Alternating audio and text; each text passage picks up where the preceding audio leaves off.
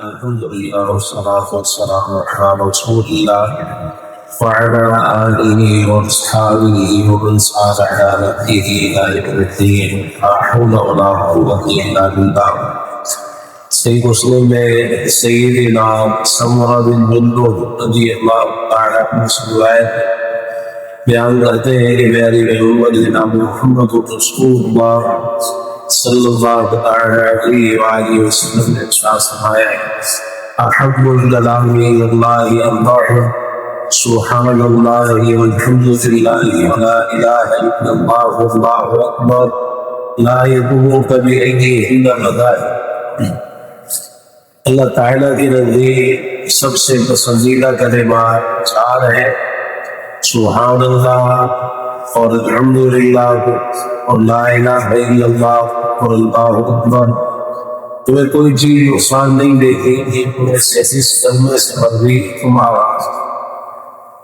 اس حدیث مبارکہ میں پیارے پیغمبر جناب محمد رسول پاک صلی اللہ علیہ وسلم نے چار کلمات کی فضیلت ذکر فرمائی اور انہیں احب الکلام الی اللہ قرار دیا ہے. یعنی وہ کلمات جو اللہ تعالیٰ کو سب سے زیادہ پسندیدہ ہے. صرف پسندیدہ نہیں بلکہ سب سے زیادہ پسندیدہ. مطلب یہ ہے کہ پسندیدہ کلمات اور بھی ہے لیکن یہ کلمات اللہ تعالیٰ کو زیادہ پسند زیادہ محبوب ہے. تو آپ نے یہ چار کلمات ہمارے لیے ذکر فرمائے اور یہ بھی فرما دیا کہ ان میں سے جس کسی سے بھی آغاز ہو کوئی نقصان نہیں ہوگا. مطلب یہ ہے کہ ترتیب اگر آگے پیچھے بھی ہو جائے اس میں کوئی حرج نہیں ہے. اس لیے ویسے آپ نے بتایا سبحان اللہ الحمدللہ لا الہ الا اللہ اکبر. لیکن اگر کوئی ترتیب آگے پیچھے بھی کر دیتا ہے الحمدللہ سے شروع کر لیتا ہے لا الہ الا اللہ سے شروع کر لیتا ہے اللہ اکبر سے شروع کر لیتا ہے جیسے ہم تکبیرات پڑھ رہے ہیں وہ جو تسبیحات کی کلمات ہے اللہ اکبر اللہ اکبر لا الہ الا اللہ اکبر اللہ اکبر وللہ الحمد. تم جواب اللہ اکبر سے ہو جائے فرمایا کہ اگر ترتیب آگے پیچھے بھی کر لو تو کوئی حرج نہیں ہے. جس مرضی کرنے سے ان میں سے جس کسی سے بھی آغاز ہوگا جہاں سے بھی ادا ہو بس یہ چار کلمات ہے جو اللہ تعالیٰ کو سب سے زیادہ پسندیدہ ہے.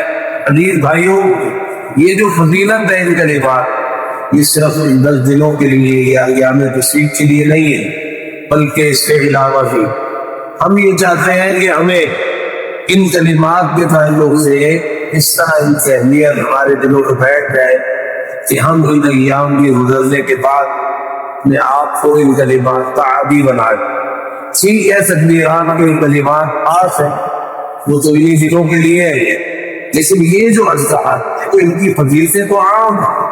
یہ ان دنوں کے بعد جب کبھی کوئی کلمات پڑھ لے جس دن بھی پڑھ لینا اور جس گھڑی میں بھی پڑھ لے اللہ تعالیٰ کو یہ بات تو زیادہ پسند ہے.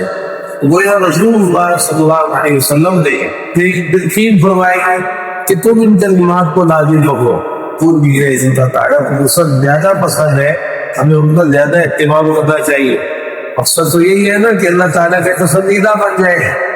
تو آپ کو امت زبان کا معاملہ ہے کہ اگر اس زبان سے وہ کلمات ادا ہو جائے تو اللہ تعالیٰ کو زیادہ پسند ہے. یہ کتنی اچھی بات ہو اور کتنی خیر کی بات ہو. مجھے آپ کو اس چار کلمات ہیں ان کے تعلق سے بہت زیادہ اہتمام کرنا چاہیے اور صرف انہی دنوں کے لیے نہیں بلکہ ان دنوں کے بعد ہم ان کلمات کو اپنے معاملات شامل کریں. بات پر کی کلمات ہم پڑھا کریں اور پھر ان کلمات کو کسی گنتی کے ساتھ کہ کسی وقت کے ساتھ خاص نہیں کیا گیا.